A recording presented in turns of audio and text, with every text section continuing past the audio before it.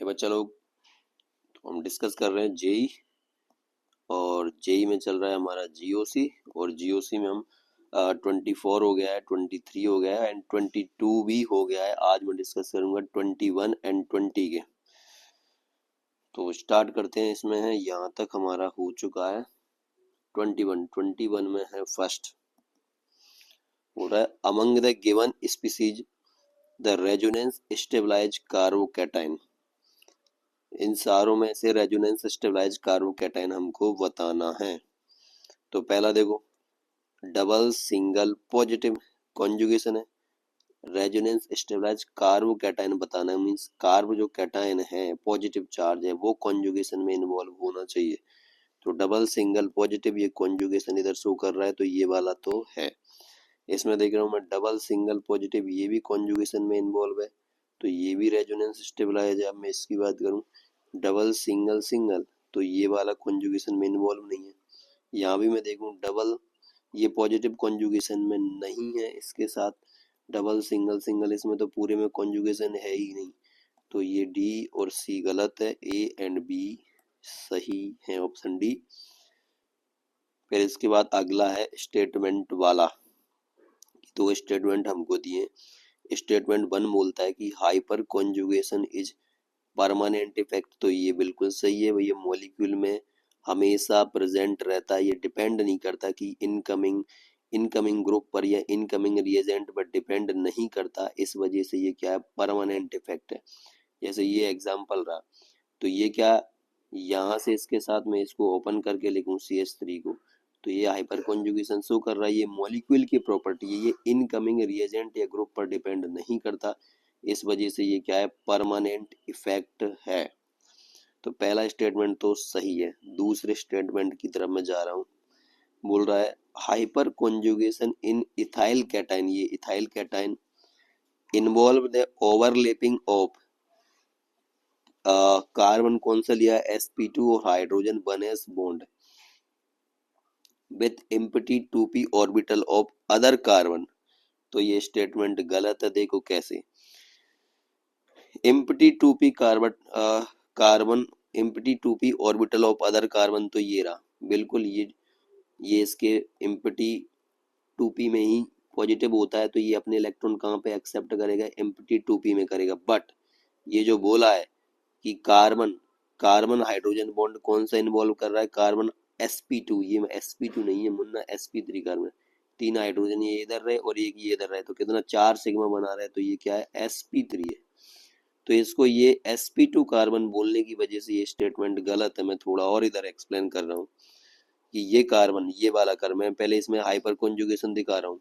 ये ऐसे hyper conjugation करा तो इस हाइड्रोजन ने अपने इलेक्ट्रॉन्स दिए, तो यहाँ पे क्या आ गया, पॉजिटिव चार्ज, और यहाँ पे हो गया डबल बॉन्ड, ये हाइपर कॉन्जुगेशन है। अब देखो बॉन्ड कौन सा ब्रेक हुआ, ये कार्बन कौन सा, sp3 कार्बन है, sp3 कार्बन है। तो ये कार्बन कौन सा है, sp3, और हाइड्रोजन, हाइड्रोजन का कौन सा है, 1s ऑर्बिटल है।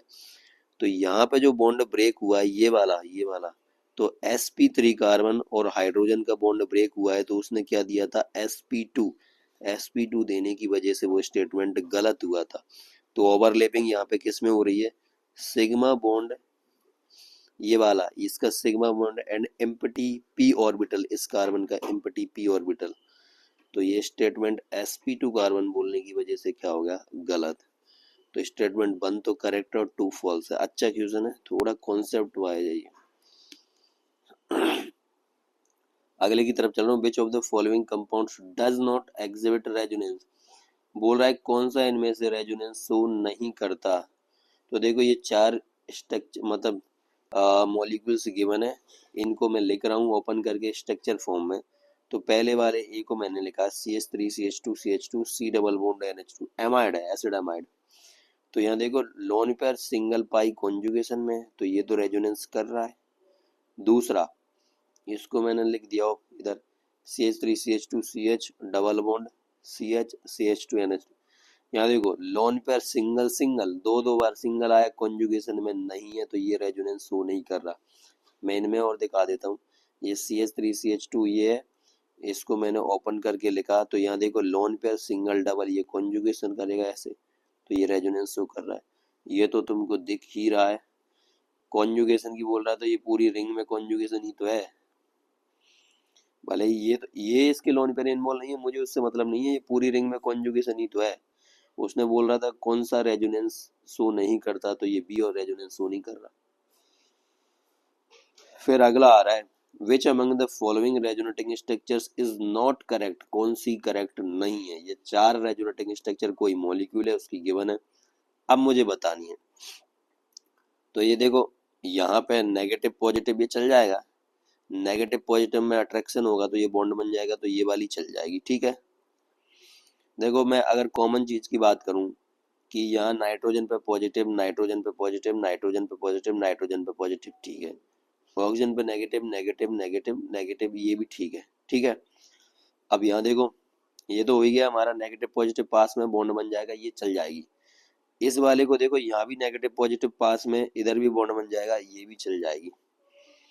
यहाँ मैं बात कर रहा हूँ नेगेटिव पॉजिटिव पास में है, तो ये क्या इधर कॉन्जुगेशन शो कर देगा, ये क्या करेगा इधर कॉन्जुगेशन, ये वाला बॉन्ड इधर, ये वाला बॉन्ड इधर, एक्सटेंडेड कॉन्जुगेशन। बट इस वाली में देखो यहाँ क्या पॉजिटिव पॉजिटिव पास में, पॉजिटिव पॉजिटिव पास में होगा सेम चार्ज, तो क्या होगा रिपल्सन, रिपल्सन होने की वजह से ये रेजोनेटिंग स्ट्रक्चर्स सबसे लेस स्टेबल होगी इन सब में, तो ये वाली रेजोनेटिंग स्ट्रक्चर नहीं बनेगी, बहुत ही हाईली अनस्टेबल होती है, इस वजह से बोला नॉट करेक्ट, तो बी हमारा करेक्ट नहीं है। अगला चल रहा हूं मैं, the correct order of stability of given carbocations. ये 4 कार्बोकैटाइन मुझे गिवन है, उनमें उनकी स्टेबिलिटी का ऑर्डर बताना है। तो देखो मुन्नाओ पहले वाले की मैं बात करूं, डबल सिंगल पॉजिटिव कॉन्जुगेशन में पार्टिसिपेट है, तो मैं बोलूं यहाँ पे इस पे क्या लग रहा है, इस ग्रुप रिंग का प्लस एम लग रहा है और प्लस आर लग रहा है, ये इधर इलेक्ट्रॉन डोनेट कर रही है ना इसको, प्लस एम और प्लस आर।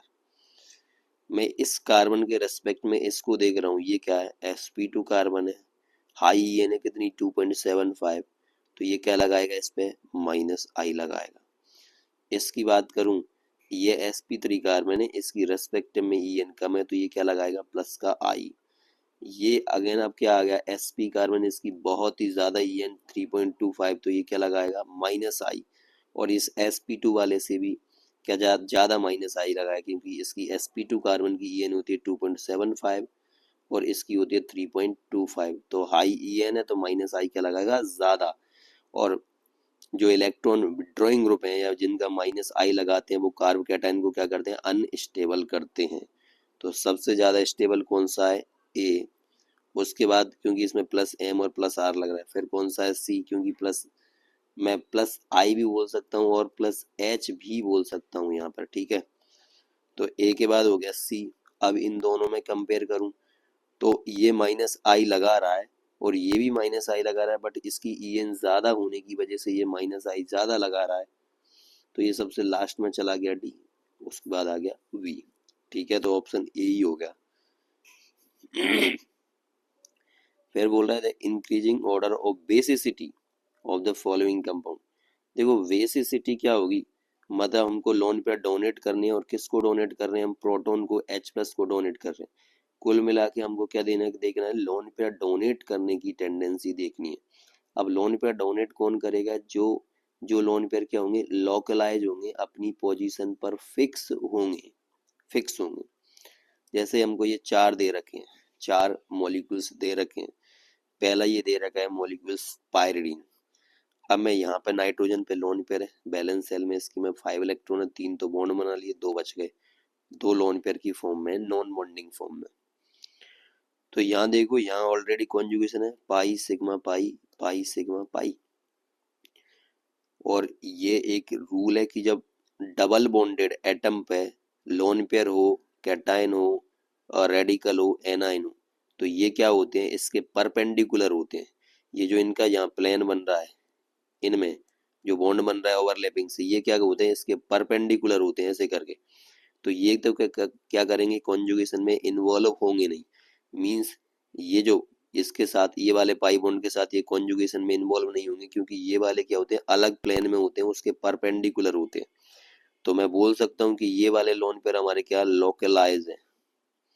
अब यहाँ देखो, यहाँ तो ये कॉन्जुगेशन में इन्वॉल्व है, double single lone pair, double single lone pair, और एरोमेटिसिटी में इन्वॉल्व है। तो ये वाले क्या हो रहे हैं, कॉन्जुगेशन में इन्वॉल्व है, तो ये क्या डीलोकलाइज है। और डीलोकलाइज होंगे तो डोनेट करने के लिए कम अवेलेबल रहेंगे, तो बेसिसिटी क्या होगी, कम होगी। यहाँ देखो ये तो रेजोनेंस में पार्टिसिपेट कर नहीं रहा, तो हमेशा अवेलेबल है, और साथ में क्या लगा रहे हैं, प्लस आई लगा रहे हैं, प्लस आई लगा रहे हैं। अब देखो इसके भी दोनों अवेलेबल थे, बट ये कार्बन, ये sp2 कार्बन है, ये भी sp2 कार्बन है, तो क्या लगाएगा, माइनस आई और माइनस आई। जबकि यहाँ पे क्या लग रहे हैं, प्लस आई और प्लस आई। तो इन दोनों में ए और सी में कंपेयर करूं तो किसकी ज्यादा हो गई, सी की। अब इधर इसको डी को भी देख लो, देखो डी में क्या है, दो दो नाइट्रोजन है, दो दो नाइट्रोजन है, दोनों के पास लोन पेयर होंगे। मैं इस वाले नाइट्रोजन को देखूं तो double single lone pair, lone pair single double. तो इसके लोन पेयर तो क्या कॉन्जुगेशन में इन्वॉल्व है, तो ये तो डोनेट करने के लिए अवेलेबल नहीं है, ये मतलब ये डीलोकलाइज है। बट ये वाले देखो, ये वाले लोन पेयर कॉन्जुगेशन में इन्वॉल्व नहीं है, कॉन्जुगेशन इनमें होगा double single double. Same concept है, जैसे इसमें ये परपेंडिकुलर है इस रिंग के, या इस रिंग में जो कॉन्जुगेशन हो रहा है, सेम ये भी क्या है, परपेंडिकुलर है। साथ में क्या होगा, जब ये इधर से कॉन्जुगेशन करेगा तो यहाँ पे क्या आएगा, नेगेटिव। नेगेटिव मत आ गया मीन सबसे ज्यादा इलेक्ट्रॉन डेंसिटी है, और जिसमें जितनी ज्यादा इलेक्ट्रॉन डेंसिटी होगी उसकी बेसिक स्ट्रेंथ उतनी ही ज्यादा होगी। तो सब यहाँ पे नेगेटिव चार्ज आ रहा है नाइट्रोजन के पास, और लोन पेयर ऑलरेडी है, तो इसके पास सबसे ज्यादा इलेक्ट्रॉन डेंसिटी हो गई, तो ये सबसे जल्दी अपने इलेक्ट्रॉन डोनेट करेगा, तो बेसिक स्ट्रेंथ सबसे ज्यादा इसकी हो जाएगी नेगेटिव आने के वजह से। तो सबसे ज्यादा कौन हो गया, डी। ठीक है, सबसे ज्यादा होगा ये डी। फिर मैं बोल रहा हूँ कि इन दोनों में क्या, देखो इस वाले के लोन पर तो कॉन्जुगेशन में इन्वॉल्व डी लोकलाइज अवेलेबल ही नहीं है डोनेट करने के लिए, सबसे लास्ट में चला गया ये बी। ठीक है, फिर मैं इन दोनों की मैंने बताया, इसकी भी लोकलाइज, इसकी भी लोकलाइज। बट यहाँ पे ये क्या लगा रहे हैं, माइनस आई, और ये क्या लगा रहे हैं, प्लस आई। प्लस आई लगाने की वजह से ए से आगे कौन निकल गया, सी। तो डी के बाद कौन हो गया, सी, फिर आ गया ए, और सबसे लास्ट में बी तो हो ही गया। ठीक है, अच्छा क्वेश्चन है, गुड क्वेश्चन, कॉन्सेप्चुअल क्वेश्चन। फिर मैं बोल रहा हूँ कि अगला क्वेश्चन है, which one of the following compound possess the most acidic hydrogen. भैया सबसे एसिडिक हाइड्रोजन बनानी है, कुछ नहीं है। देखो जब भी एसिडिक स्ट्रेंथ की बात आएगी, एसिड का काम क्या होता है, जैसे मानो कोई एच एसिड है, ये क्या करता है, एच प्लस डोनेट करता है और ए माइनस बनाता है। तो अगर ये एसिड है तो इसका ये क्या बनेगा, कॉन्जुगेट बेस। तो हमको क्या करना है, इस कॉन्जुगेट बेस की स्टेबिलिटी देखनी है। ये जितना ज्यादा स्टेबल होगा तभी तो ये रिएक्शन क्या जाएगी, फॉरवर्ड जाएगी, फॉरवर्ड जाएगी। तो मीन्स अगर ये कॉन्जुगेट बेस जितना ज्यादा स्टेबल होगा, एसिडिक स्ट्रेंथ हमारी उतनी ही ज्यादा होगी। तो मैं क्या कर रहा हूँ, कॉन्जुगेट बेस बना रहा हूँ, मीन्स एच प्लस डोनेट करवा दूँ। मान लो ये एच प्लस गया तो यहाँ क्या आएगा, नेगेटिव। ये एच प्लस चला गया तो ये इसने दिखाया है कि तुम्हें ये वाला एच निकालना है। ठीक है, ये एच प्लस गया तो यहाँ नेगेटिव, यहाँ से ये हाइड्रोजन गया तो यहाँ नेगेटिव, यहाँ से मान लो एक हाइड्रोजन चला गया तो यहाँ नेगेटिव, इसमें तो कहीं से निकाल दो बात सेम ही है। तो देखो ये हमारा बिल्कुल sp कार्बन है, हाई ईएन वाला चलेगा। अब sp कार्बन की ईएन कितनी मैं यूज कर ही लेता हूँ। sp कार्बन है, इसकी ईएन है 3.25। यहाँ से देखो यहाँ नेगेटिव है, अगर ये कॉन्जुगेशन में करता है तो ऑक्सीजन पर नेगेटिव है, और ऑक्सीजन की ईएन कितनी है, 3.5। यहाँ से ये कॉन्जुगेशन कर रहा है, देखो बिल्कुल इधर इधर भी कॉन्जुगेशन कर रहा है, ये इधर कॉन्जुगेशन करा, और साथ में ये इधर कॉन्जुगेशन करा नाइट्रोजन पर नेगेटिव, और ये इधर भी कॉन्जुगेशन करता है अगेन नाइट्रोजन पर नेगेटिव।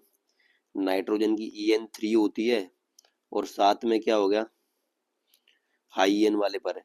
और मैं इस वाले की बात करूं, देखो इधर ये कॉन्जुगेशन करता है तो ऑक्सीजन पर नेगेटिव, इधर कॉन्जुगेशन किया तो ऑक्सीजन पर नेगेटिव, इधर किया तो इधर ऑक्सीजन पर नेगेटिव। तो ये क्या तीन तीन साइड में कॉन्जुगेट, और ऑक्सीजन की ईएन कितनी है, 3.5।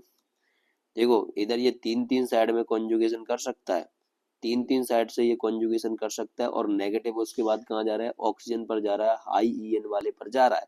और तीन तीन साइड, एक तो मोर कॉन्जुगेशन है, और साथ में नेगेटिव हाई ईएन वाले पर जा रहा है। और नेगेटिव हमको पता है कि नेगेटिव हाई ईएन वाले पर क्या होता है, मोर स्टेबल होता है। इस वजह से सबसे ज्यादा एसिडिक स्ट्रेंथ किसकी हो जाएगी, ये मैंने लिखा भी है यहाँ, बात आ जाती है कि इन दोनों में, यहाँ भी नेगेटिव रेजोनेंस के बाद हाई ईएन वाले पे गया है, इधर भी हाई ईएन, सेम इसमें भी हाई ईएन।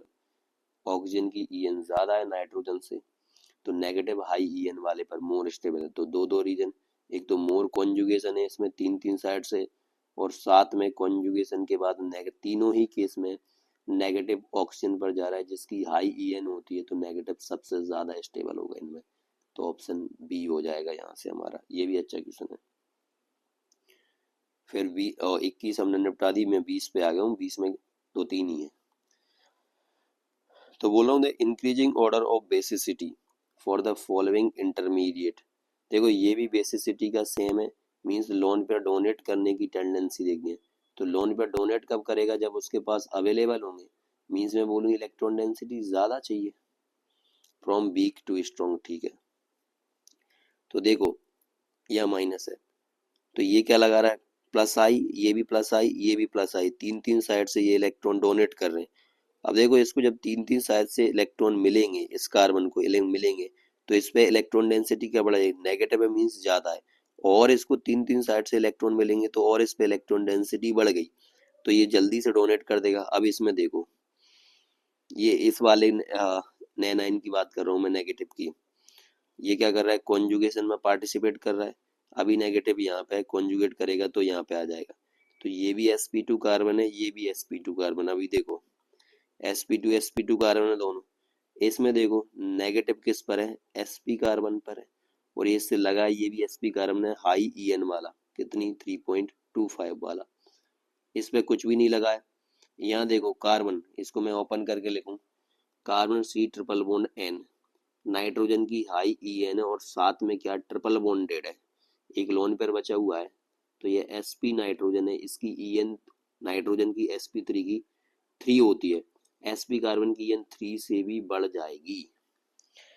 तो अब देखो नेगेटिव अगर हाई ईएन वाले पर होगा तो वो स्टेबल होगा, स्टेबल होगा तो वो डोनेट करना क्यों चाहेगा इलेक्ट्रॉन अपने, कोई सिस्टम अगर स्टेबल है तो वो अपने इलेक्ट्रॉन डोनेट नहीं करेगा, नहीं करेगा तो बेसिसिटी उसकी कम होगी।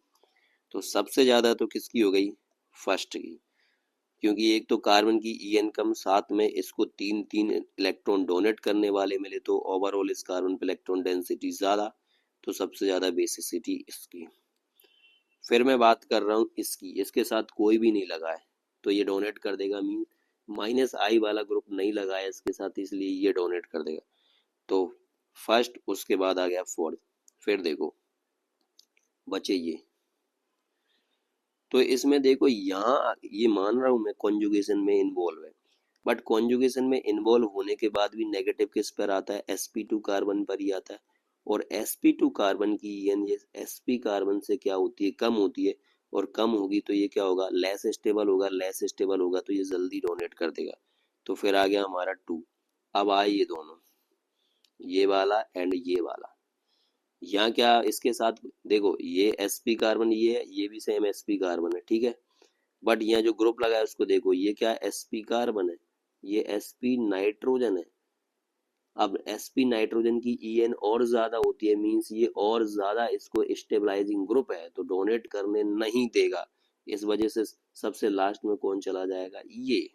तो 5 सबसे लास्ट में रख दिया, उसके आगे कौन सा हो गया, थर्ड। तो ये क्वेश्चन अच्छा है, कॉन्सेप्चुअल क्वेश्चन है। ऑप्शन कौन सा हो गया, ए। कुछ नहीं है, अगर कोई सिस्टम स्टेबल होगा तो वो अपने इलेक्ट्रॉन डोनेट नहीं करेगा, डोनेट नहीं करेगा तो उसकी जो बेसिसिटी है वो क्या हो जाएगी, कम हो जाएगी। 20 का मैं अगला क्वेश्चन ले रहा हूँ, बोल रहा है the correct order of stability of the following alkoxide. Alkoxide means O R group को बोलते हैं एल्कोक्साइड, ये ओ और ये R, O R O R, alkoxide. तो हमको क्या, तीन ये रेजोनेटिंग स्ट्रक्चर्स दे रखी हैं, इनमें बताना है कि कौन सा ज्यादा स्टेबल है, तो वही रेजोनेटिंग स्ट्रक्चर्स की स्टेबिलिटी।